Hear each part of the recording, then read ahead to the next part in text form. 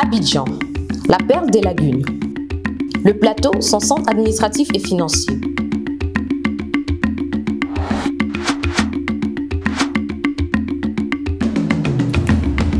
Au cœur de celui-ci, l'avenue de la Fosse, autour de laquelle gravitent quelques bâtiments historiques comme l'immeuble de la BCAO ou celui de la BCC. Cette avenue, c'est aussi un nom qui résonne dans les mémoires ivoiriennes, qui fait partie de notre imaginaire collectif. Le nom est arrivé par un monsieur qui s'appelait Maurice de la Fosse. De la Fosse et Houphouët-Boigny étaient des frères, des amis. De la Fosse, c'est Maurice, administrateur colonial, passé à postérité et dont l'héritage est bien visible aujourd'hui dans la ville. Et donc Maurice de la Fosse, l'aîné, Jean-Claude de la Fosse, le deuxième, Françoise de la Fosse, qui sera Madame Ali Ali. De la Fosse, c'est Jean, fils de Maurice, compagnon du président Félix Houphouët-Boigny. De la Fosse, c'est Jean-Claude, fils de Jean, petit-fils de Maurice, que vous allez découvrir dans cet épisode de Get to Know Me. Quand on me dit Jean-Claude de la Fosse, d'abord c'est un tonton. Quand je suis né, je pense qu'il était déjà là. On s'est connus il y a très longtemps, on s'est vu en France et depuis on ne s'est pratiquement pas quitté. C'est mon beau-frère. Écoutez, j'ai rencontré Jean-Claude de la Fosse en travaillant sur Houphouët-Boigny. Et aujourd'hui, je suis un peu vraiment son fils, son petit frère. Les services qu'il m'a rendus sont inestimables. Ça n'a pas de prix. Il a fait beaucoup de choses. Et il faut bien avoir la confiance de ce garçon-là. Il a toujours été présent dans tous les moments forts de la vie de la famille. Pour ceux qui savent connaître l'histoire de la Côte d'Ivoire, quand on parle de Jean-Claude de la Fosse, on dit « Ah, c'est lui !» C'est un homme engagé. Vous savez, M. de la Fosse, c'est un homme accompli. Quand on va dans le domaine de l'art et qu'on aime l'art, ça veut dire que vous êtes accompli. Mon petit frère Pierre se plaignait parce qu'il disait qu'il ne voyait pas assez son parrain. Alors on en rigolait, on se moquait de mon petit frère. Et tonton Jean-Claude dit « Mais moi je pensais que c'était Jean-Louis, mon filleul. »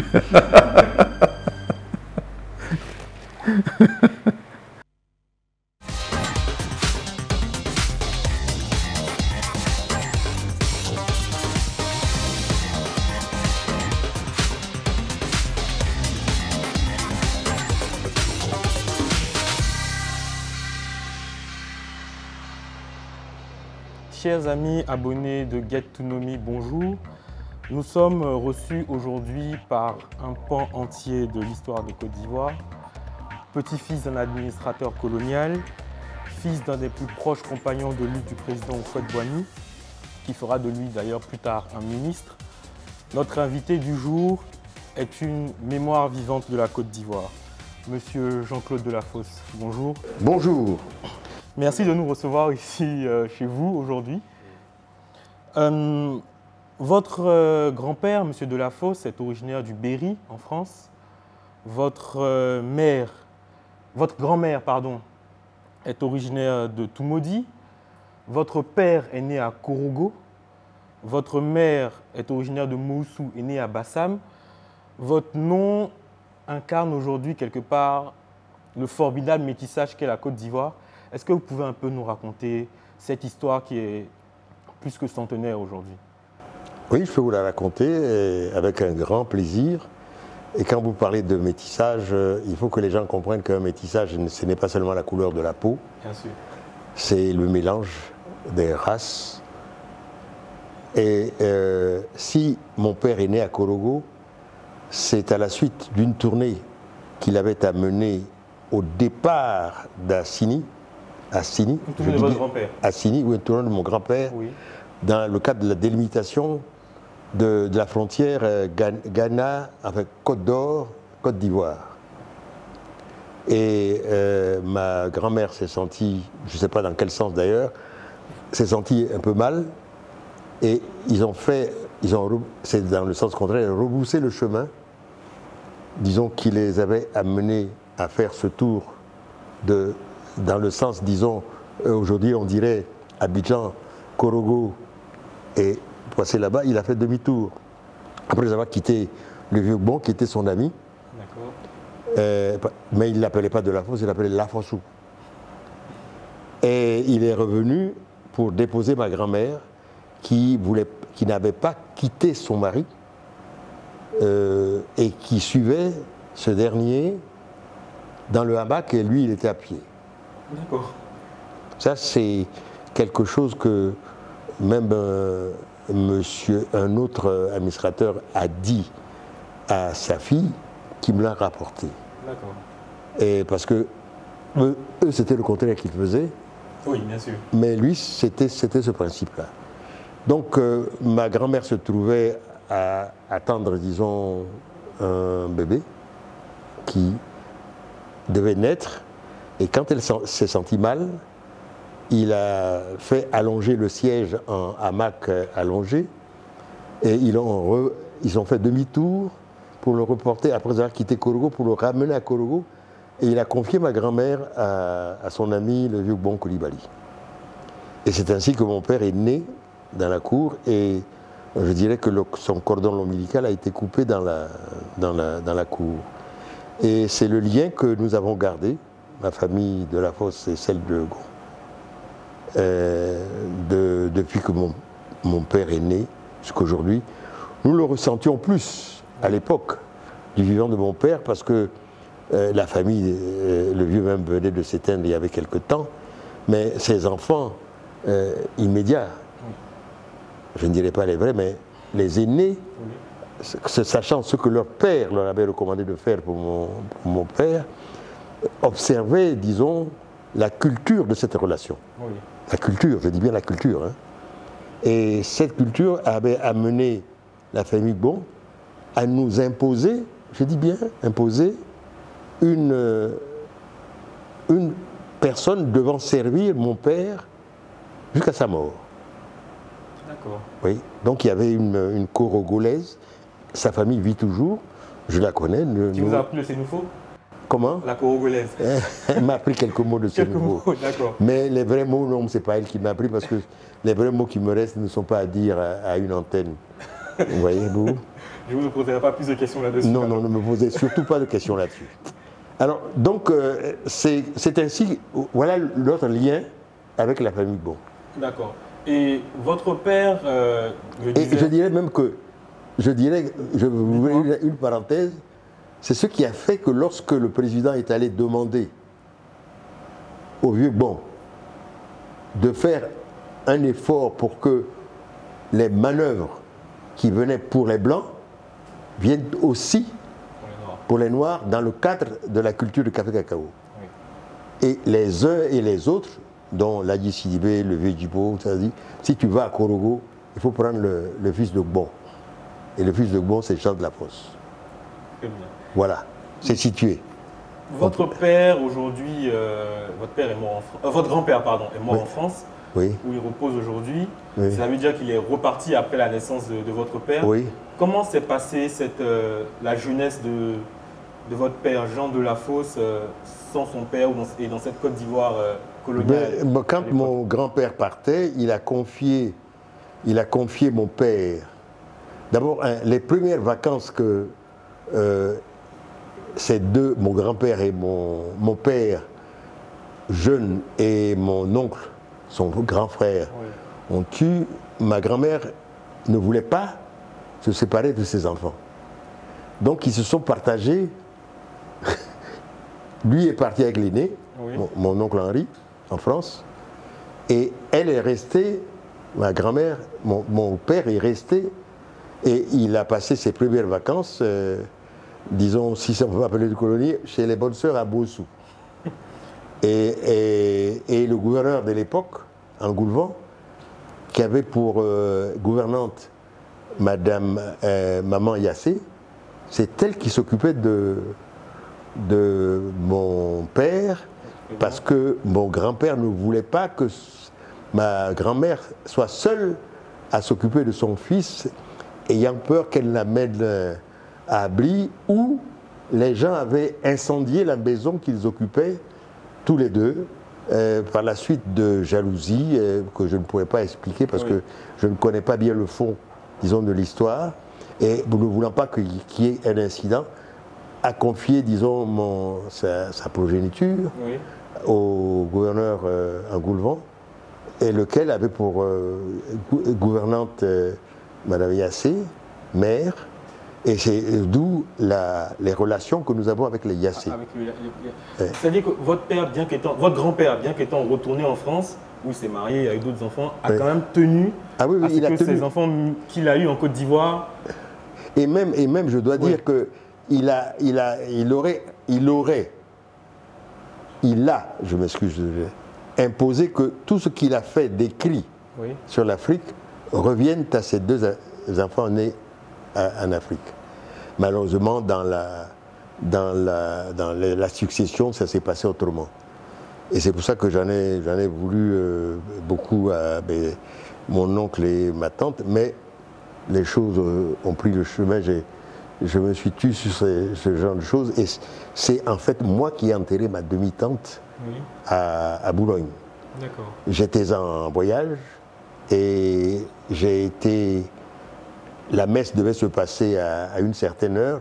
Malheureusement, l'avion que j'avais emprunté est arrivé avec un petit retard. Ma secrétaire avait informé le curé qui prononçait la messe, qui était un cousin, et lequel a demandé à l'assistance de bien vouloir prendre patience, parce que le seul lien de famille qui montre que Maurice Delafosse a fait l'Afrique va venir pour assister à la messe, parce que c'est lui, c'était moi. Maurice Delafosse, donc c'est votre grand-père. Comment se fait la rencontre entre votre père Jean Delafosse, né à Korogo, et votre mère, qui est née, originaire de Bossou, mais qui est née à Bassam, c'est-à-dire à l'autre bout de la Côte d'Ivoire? Voilà, mon père, tout comme moi et certaines personnes, après les études à Bingerville, comme c'était la coutume pour tout le monde, mon grand-père les a mis entre les mains de directeur général de la CFAO, Bibart. Et comme il était employé à cette manufacture, il venait et il avait des amis, Bassamois, les Nyamke, les Kanga, les Nwama, etc. Et bon, c'était la belle vie. Et les Sénigay, enfin, toute la diaspora, disons, qui vivait à Bassam, menait une vie vraiment, disons, à la bonne franquette, comme on ne connaît pas maintenant, mais comme nous avons un peu connu. Et ma maman n'était pas la plus vilaine des jeunes femmes, et je dois dire qu'elle était, disons, courtisée par bon nombre de personnes, et comme sa maman n'était pas, disons, parmi les femmes cultivées, on avait une tante, Madame Gom, qui, elle était cultivée, s'occupait de ma maman. Et d'ailleurs, c'était à elle qu'on devait demander la main d'un moment. Et je peux vous raconter une histoire. Et mon père a été en concurrence avec une autre personne, disons d'une autre nationalité. C'était les Syriens de l'époque. D'accord. Et elle avait pour parrain M. Richemont. Votre mère? Oui. Et M. Richemont a dit, Joséphine, monsieur là, je ne le connais pas. Mais le petit blanc là, je connais ses amis qui viennent à la maison et il est ami avec mes enfants. De là est partie l'alliance. Très bien. De là est partie l'alliance et mon père était dans l'escorte, disons, de la jeune bande, disons, de la jeune équipe, disons, des gens de Bassam. Et c'est ainsi que les Kanga, les Nwama, les Nyamke, toutes les grandes familles de Bassam, nous sommes assez liés depuis ce temps-là. Et mon grand frère est né dans ces conditions-là, d'ailleurs. Voilà. En parlant de votre père, vous me disiez en introduction, vous avez parlé de votre père, du patriarche Bon, du président Houphouët. Le lien entre votre père et le président Houphouët, comment se crée-t-il? Par ma grand-mère. Par votre grand-mère? Paternelle. Paternelle. Oui. Expliquez-nous. Abri n'est pas loin c'est la région de Toumoudi. La mère du président est de cette région-là. Je ne situerai pas le village parce que ça aussi c'est un point d'interrogation. Oui. Et ils se connaissaient, et comme toutes les familles étaient très liées à cette époque-là, et il ne faut pas oublier que Toumoudi était pratiquement une ville carrefour de Côte d'Ivoire. Pour aller au nord, on passait par Toumoudi, pour aller à l'est, à l'ouest, on passait par Toumoudi. Et si vous voulez observer, vous verrez que la route, l'ancienne route de Bouaké et celle de Dimbokoro se croisent pratiquement au carrefour du marché. Cette croix-là qui départage les 4 coins de la Côte d'Ivoire. Et curieusement, les gens qui sont venus ou qui allaient, il y a plus de BT à droite, non à gauche, qu'à droite, ça dépend d'où l'on vient, ainsi de suite. Peut-être qu'ils étaient fatigués, ils s'arrêtaient là où ils étaient, mais Toumoudi était la ville carrefour. D'accord. C'est resté pendant longtemps, jusqu'à aujourd'hui où l'autoroute a un peu gâché les choses, ce qui fait que les maquis ont perdu un peu. Mais je dois dire qu'il y a beaucoup plus de sorties de l'autoroute pour aller au maquis qu'il y en a ailleurs. Hein. D'accord. Et c'est à Toumoudi que votre père et le président Houphouët se rencontrent la première fois ou... Je ne saurais pas vous dire cela, mais moi je dois vous dire que jeune, j'ai été dans la cour, jeune, puisque j'ai dû être, pour me calmer des pleurs que je n'hésitais pas à avoir, on me mettait dans une bassine d'eau. Et la bassine d'eau se trouvait dans la cour du médecin Houphouët-Boigny, à Toumoudi. Donc si mon père, disons, résidait déjà à Toumoudi avec le médecin Houphouët-Boigny, c'est qu'ils se connaissaient déjà. Comment on ne l'a jamais... Vous savez que mon père est né, mon père est mort, il n'avait pas 59 ans. Hein. Oui. Justement, vous parlez de votre jeunesse. Comment on grandit dans l'ombre de ces... Je n'ai pas grandi dans... j'ai grandi dans l'ombre, certes. Quand il y a eu comment s'appelle, les tournées politiques et autres, nous étions en vacances, et quand nous l'étions, on suivait, et moi principalement, j'étais très friand de promenade, surtout en voiture, j'adorais la voiture et la moto. Je suivais mon père, mon oncle, etc. Et c'est ainsi que M. Koulibaly, qui était en face de moi, lui, il a été en voiture avec mon père, son père et sa mère. Bon, moi, je n'ai pas eu cette chance-là. Et moi, j'ai été plusieurs fois avec le président. Et d'autres. C'est ainsi que la dernière fois que j'ai fait un voyage, je vais vous dire, la dernière fois que j'ai fait un voyage de Korogo à Yamoussoukro, on est arrivé, le barrage qui nous amenait, il y a un barrage qui était coupé, qui nous a obligés, au lieu de venir directement à Yamoussoukro, on a dû faire le tour par Daloa. Pourquoi, je ne sais pas, je ne me rappelle plus. Mais c'est la dernière fois où j'ai tiré un coup de fusil. Ça remonte. Ça remonte parce que j'aimais beaucoup la chasse. J'ai pris le fusil, j'ai tiré un singe, les singes rouges là qui circulaient dans la rue, et le singe a mis sa main sur son cœur, comme ça, il a fait ça. J'ai laissé tomber le fusil. Depuis, je n'ai plus tiré un coup de fusil, sauf à la préparation militaire supérieure. En parlant du président Houphouët, il a, dès 1946, mis en place cette politique qui consistait à envoyer de nombreux Ivoiriens en France dans l'optique, m'arrêtez si je me trompe, hein, de former les futures élites de la Côte d'Ivoire une fois indépendante. Et vous avez fait partie de cette... Non, vous savez, je suis parti en 48, moi. En 48. En 48. Mais la première vague qui est partie, comment ça s'appelle, sous la dépense du syndicat agricole africain, de la Côte d'Ivoire, la Haute et la Basse Côte d'Ivoire. Attention, pour bien se mettre ça dans la tête, c'est-à-dire qu'il y avait aujourd'hui les premiers cadres, disons, du Burkina actuel sont partis dans ce cadre-là. Et à l'époque, le président avait reçu certains grands planteurs de la Côte d'Ivoire qui ont dit, mais Félix, tu amènes nos petits esclaves là aussi avec nos enfants. Il a dit peut-être que demain c'est eux qui vont vous commander. C'était toute une vision. C'était toute une vision. Mais il disait ça pour rire, mais en arrière-pensée,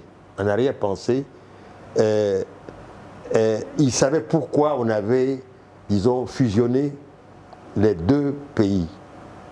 Parce que sa terre, la Côte d'Ivoire, était très riche et très riche. Et sans main-d'œuvre.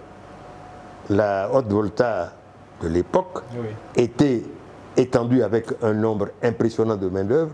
Je ne vous donnerai pas les dessous de l'affaire, d'autres personnes le feront parce que je ne suis pas historien.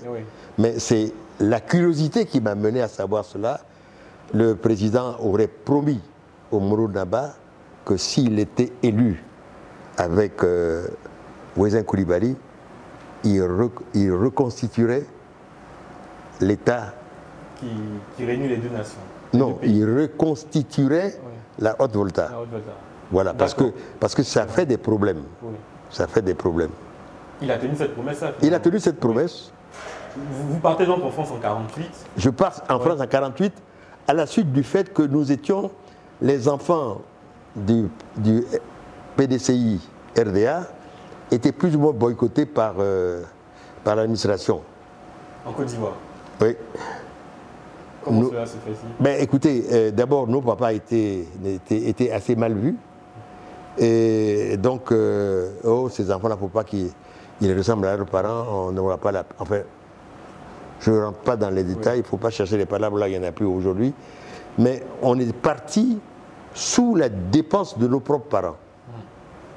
Que ce soit M. Coulibaly, que ce soit les comment ça s'appelle bon, je dis les deux parce que moi, je suis avec M. Coulibaly, ce n'est pas d'aujourd'hui.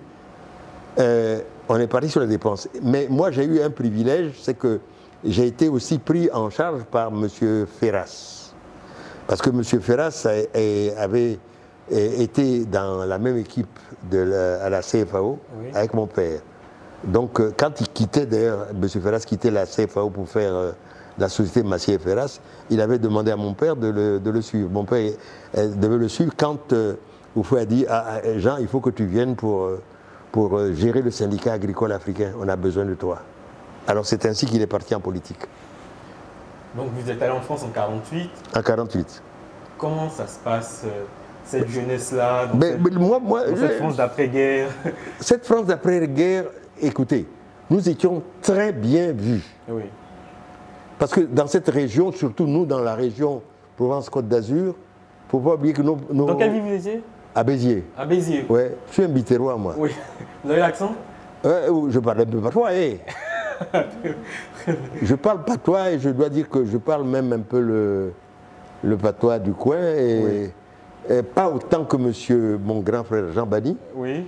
Mais quand j'arrive, quand j'arrive quelque part où j'ai eu à apprendre, disons, quelques brides de la langue, je reprends de suite la langue. À Béziers, quand j'arrive à Béziers, avec mes correspondants blancs, mes parents blancs, je parle le patois. Vous avez touché à la balle ovale? Ah oui, les résultats d'ailleurs, c'est les résultats qui sont aujourd'hui visibles avec mes cannes. Oui. Mais mon père a toujours dit à Ferras, il ne faut pas que mon fils revienne avec cette balle-là en Côte d'Ivoire. Pourquoi non? Je l'ai amené pour faire des études. Oui. Il faut qu'il fasse ses études. C'est un regret pour vous? C'est pas un regret, non. Mais voyez-vous, je pense que ça l'est aujourd'hui. J'ai été soigné il y a 15 jours par un oncologue qui m'a vu, il m'a dit, mais vous avez pris tout ce mal-là où? Je lui ai dit, c'était brutal à l'époque. Oui. Et il a dit, vous avez joué où? Alors je lui ai dit, à Béziers et à Monomarsan. Et quand il dit, oui, il dit, vous prenez l'accent pour dire Monomarsan. Tout à fait, j'ai compris. Alors j'ai dit oui. Ah, il dit, vous avez joué avec... J'ai dit, avec les frères Boniface. Il dit, ça, ce sont mes vedettes, ça. Oui. Alors, donc, si vous voulez, réellement, je ne veux pas dire que je suis minable, mais... Bon. Trois carrels. Trois carrels, vous avez dû marquer des essais. Oui, c'est ça. Même ma colonne vertébrale en a pris un coup. À l'époque, dans la région, il y avait trois personnes, quatre. Il y avait Savadogo, le ministre, un autre Savadogo, Gervais Kofi, et moi dans les minimes. D'accord. qui étions les joueurs en devenir. Ce sport-là, quand vous êtes revenu en Côte d'Ivoire, vous n'avez pas eu envie de... Non. J'ai arrêté avant. Vous avez arrêté avant? Avant. Parce que après, quand j'ai vu que mon père ne voulait pas de ce sport, je me suis lancé dans le handball. Oui. Bon, et puis bon, moi-même j'ai arrêté parce que j'ai contracté la primo-infection tuberculeuse. Oui. Et bon, on m'a demandé d'arrêter tous les sports. Votre jeunesse est quand même assez passionnante. Et vous trouvez? Je trouve quand même. Ah ben, disons, trouver des hommes en Côte d'Ivoire en 2021 qui ont joué au rugby en France à cette époque-là. Vous savez, si vous ne jouez pas le jeudi ou le dimanche, mais vous n'étiez pas admiré. Moi, j'étais content quand les jeunes filles de lycée, applaudissaient. Ah bon, vous savez, comme vous dites aujourd'hui, les go, vous applaudissez, vous étiez content. Ah oui, non, on dit, ah, c'est Jean-Claude qui court comme ça. Et oui, mais vous savez, non, mais il ne faut pas vivre de façon terne, c'est pas bon. La vie, c'est la vie. En parlant d'admiration, il y a une certaine génération aussi, quand on évoque votre nom aujourd'hui en Côte d'Ivoire, qui dit l'homme d'Air Afrique. Vous avez été l'un des pionniers de la création de ce qui est jusqu'à aujourd'hui l'une des plus formidables aventures entrepreneuriales panafricaines, on va dire. Est-ce que vous pouvez nous raconter la genèse de ce projet-là qui était quand même visionnaire à l'époque? Vous savez, dans la vie, je dois ma réussite, à la personne qui m'a aidé, c'est le vieux Ferras, Joseph Ferras. 2, quand j'ai eu à rentrer dans mes études qui m'ont porté beaucoup de problèmes, Léon Robert. 3, après ces problèmes que j'ai eu dans mes études, parce qu'il y avait une contradiction entre les examens et mes études. Quand je n'avais pas d'examen à passer, j'étais bon. Aux examens, j'étais minable. C'est un peu comme les gens qui sont bons à l'entraînement et mauvais en match. Peut-être. Bon, j'ai eu un jour à aider M. Léon Robert dans la gestion des voyages des étudiants. Et j'ai bien fait la chose jusqu'au jour où, après m'avoir donné le pécule qui me revenait, on m'a proposé 2 billets pour aller à Abidjan. Parce que j'avais fait voyager tous mes compatriotes et ceux de la Haute-Volta de l'époque dans des avions supplémentaires, etc., etc. Et après, le monsieur qui m'a dit, il y a un stage à la Chambre de commerce de Paris, il faudrait que vous alliez là-bas pour faire, vous allez voir. Je suis allé à ce stage, et puis après, j'ai pris mon billet, je suis venu à Abidjan. Et Léon Robert m'a dit, Jean-Claude, il faut continuer là où tu étais. Il a dit à mon père lui a dit, c'est comme ton fils, tu en fais ce que tu veux, mais pourvu qu'il réussisse. Ah, il me l'a dit, ce que les gens m'en ont rapporté, je pense que ça sera bien pour lui. Et c'est ainsi que, en ce moment-là, j'ai été pris en main par le vieux Djibo, qui connaissait mon futur patron à UAT, qui m'a pris par la main, qui m'a mené à M.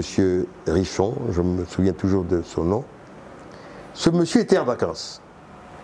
Et en vacances, les chefs d'État sont venus pour une réunion qui précédait les réunions de la politique de la communauté, la nouvelle communauté franco-africaine. Et il m'a été demandé par ces patrons-là qu'il fallait qu'ils rencontrent tous les présidents en 10 jours. Alors j'ai trouvé vraiment le travail un peu dur, parce que d'abord, je voulais faire le malin en disant, ce sont des présidents quand même, il ne faut pas les considérer, vous levez le petit doigt, vous voulez les voir aussitôt, il ne faut pas exagérer.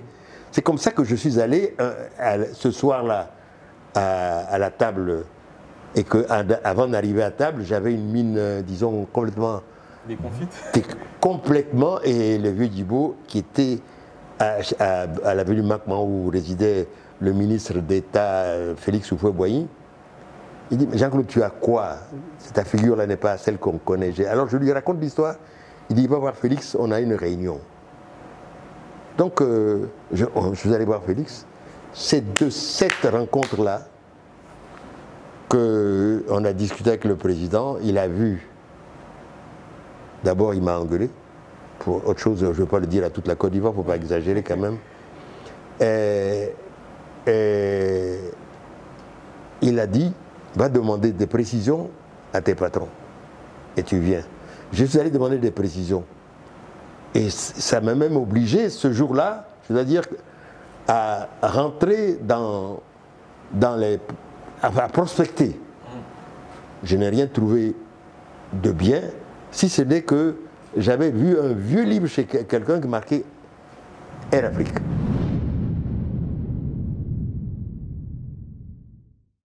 Pour ceux qui n'ont pas connu la compagnie aérienne Air Afrique, il fait partie de ceux qui ont bâti la compagnie Air Afrique.